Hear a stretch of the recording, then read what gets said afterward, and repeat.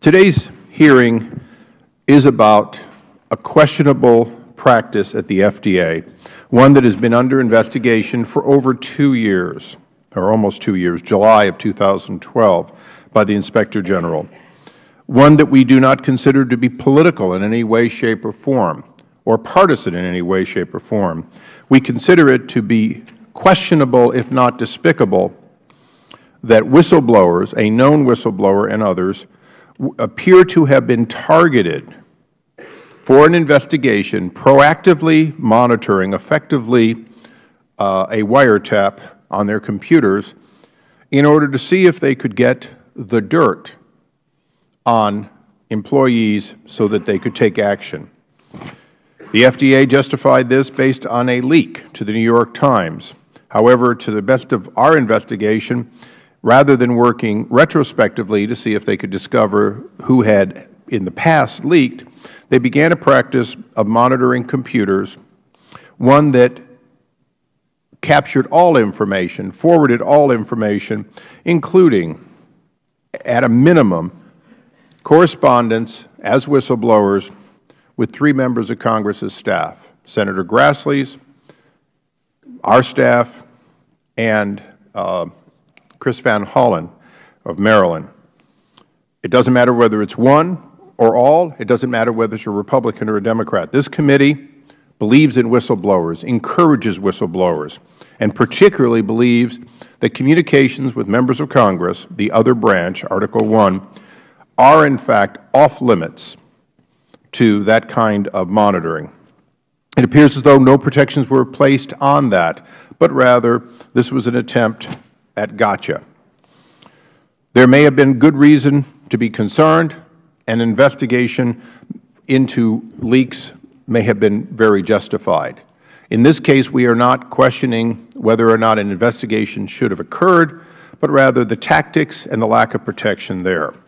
Today, we are holding this hearing, and we are pleased to welcome Senator Grassley, whose investigation really kicked this off and whose staff has worked hand in hand, along with the Democratic members of this committee staff, on hearing all of the witnesses.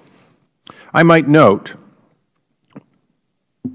during the period of July 2012, when this began, till now, whistleblowers involved in this have been reticent to go on the record. They have wanted to deliver with as few people hearing what they have to say as possible, and then let the facts speak for themselves.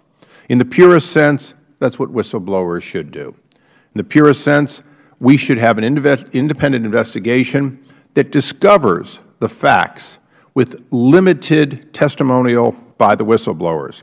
Their concern when they are reporting essentially whistleblower retaliation is certainly understandable. Neither the IG nor the minority on this committee has had an opportunity to speak to those whistleblowers. I will continue to encourage them to speak to both the IG and minority staff. But it is their decision. A whistleblower may come to one member of Congress, any one member of Congress, in my opinion, and that member of Congress should proceed on his constitutional or her constitutional responsibility and protect the whistleblower to the greatest extent possible. This committee will also always support that protection. The misconduct that we are looking at isn't just overreach. It mirrors a famous book and movie ripped from the pages of George Orwell's 1984, constant monitoring of your screens. The only thing that was missing, of course, was a camera looking both ways.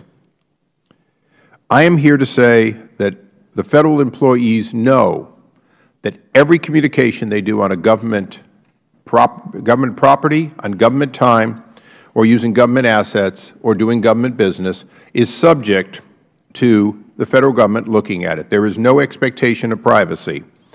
But that is not to say that targeting is appropriate. It is not to say that these 5 scientists and doctors' concerns are not reasonable. They are. If there is a reason on behalf of the government to look at the use of government assets, government communication, Of course, we expect the executive branch to do that.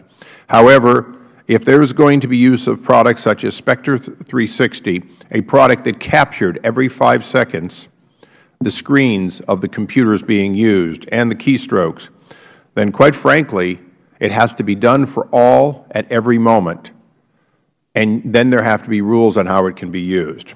I am not suggesting that, just the opposite. The Federal workforce is a highly trusted force, and trust is what we depend on. At times, it is clear that that trust is broken, and when it is, there are appropriate remedies. But until that trust is broken, we depend on a skilled and motivated workforce that believes, as they should, that they are not working for Big Brother, that in fact they are trusted in their roles and not being unreasonably spied on or targeted for disciplinary action. For that reason, we are holding this hearing today, not as